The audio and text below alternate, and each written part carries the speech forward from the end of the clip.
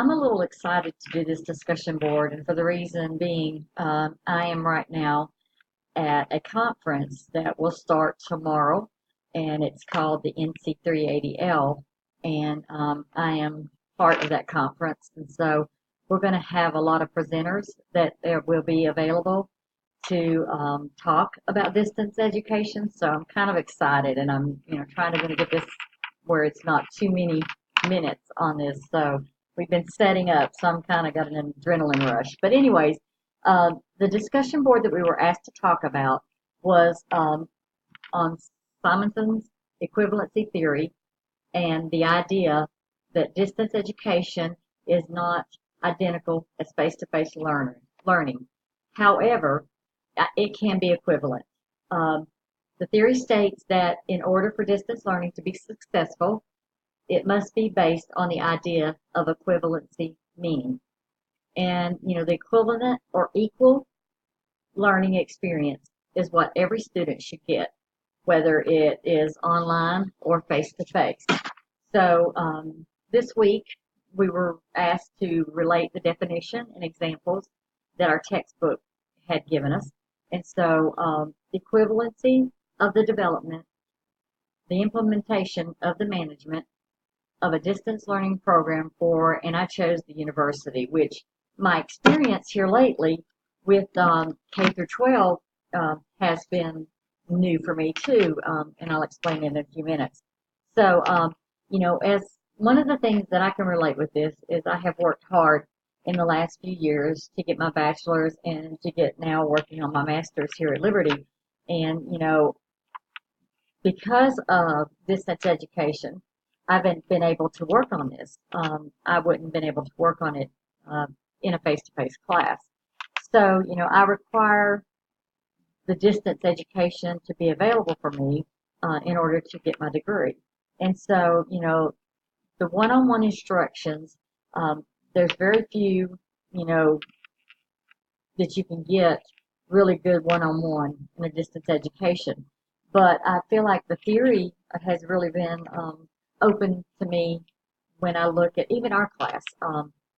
Dr. H has made it available for us to be able to do the videos, and it's made a very closer connection with the faculty and with the students. And so, I think that students can be successful in a distance learning class if the faculty give as much equivalency or equal as you would a face-to-face.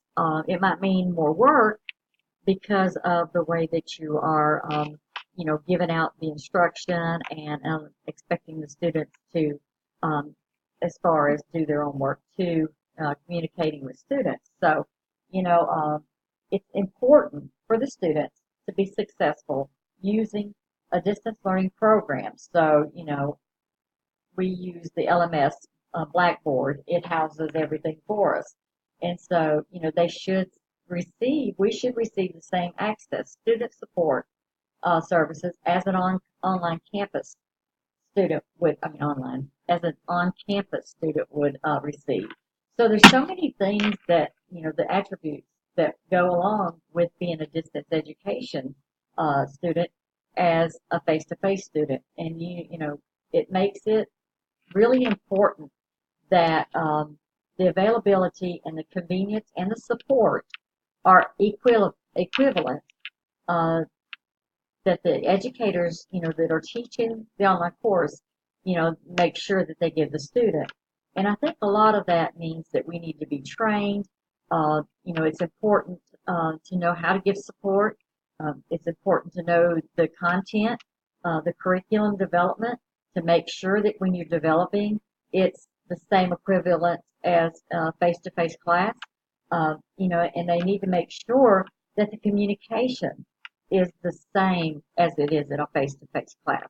So the online portion just probably makes it a little bit more challenging for somebody that's not really got the computer knowledge, but it makes it very important, that we give it that same equivalency. Uh, you know, the one good thing about, Liberty, they give us the surveys, the online surveys, and, we can evaluate, whether it's quantitative or qualitative. It identifies the areas for improvement. So the equivalency and the success for distance learning can continue if it gets good feedback. And so that I think is a very important part to it as well. The one good thing I found in some of the theory that I read in the chapter was it talked about how there's certain things that is very concerning that we need to make this as equivalent, and that would be that all learning concerned with the cognitive knowledge and the cognitive skills, as well as effective learning in some, is effectively provided for by the distance education. It says distance education is based on learning as an individual activity. Learning is guided and supported by the non-contiguous means. Distance education is open to behaviorists, cognitive, constructiveness, and other modes of learning. So we all learn in different ways, and I think that is very important to realize. Each student has a different way of learning.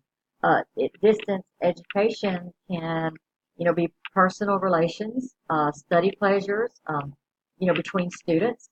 I had some classes I took at ECU, and it was really a great asset to me that we had a lot of group projects together. And, the one good thing about it, though, you learn what it would be like in the real world settings because you've always got a student that's not going to pull their weight on their projects. So it was a challenge sometimes, but it was also a way to give us connective, where we could communicate together and have a lot of chances to, be more interactive with students and find out what, it's like to work in group settings as well.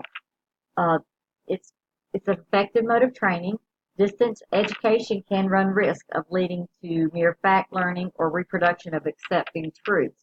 However, it can be organized and carried out in such a way that students are encouraged to search, criticize, and identify positions of their own. So, again, you can use each setting, each class, to build on how you can communicate and work together on this. So it's been a very good challenge for me. The one good thing about it, you can have some good outcomes from distance education. And, the concept of equivalency is central to widespread acceptance of distance education. If teachers, learners, and the public in general identify learning at a distance as the equivalent of what they consider to be traditional learning, then the distance learning will become mainstream, and it already has in America.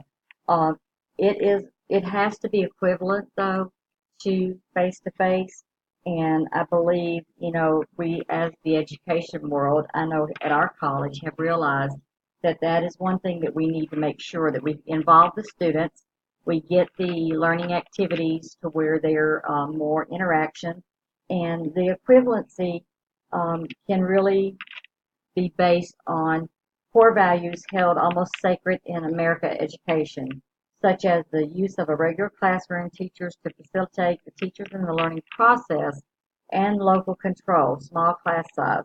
So, you have to beat that. You have to equal that, not beat it, but equal that. So I think that distance education has come a long way, and we're realizing that we can make it interactive and make it equivalent to our face-to-face classroom. Hope you all have a great weekend. I'm looking forward to a great conference and learning new things about distance learning. Thank you.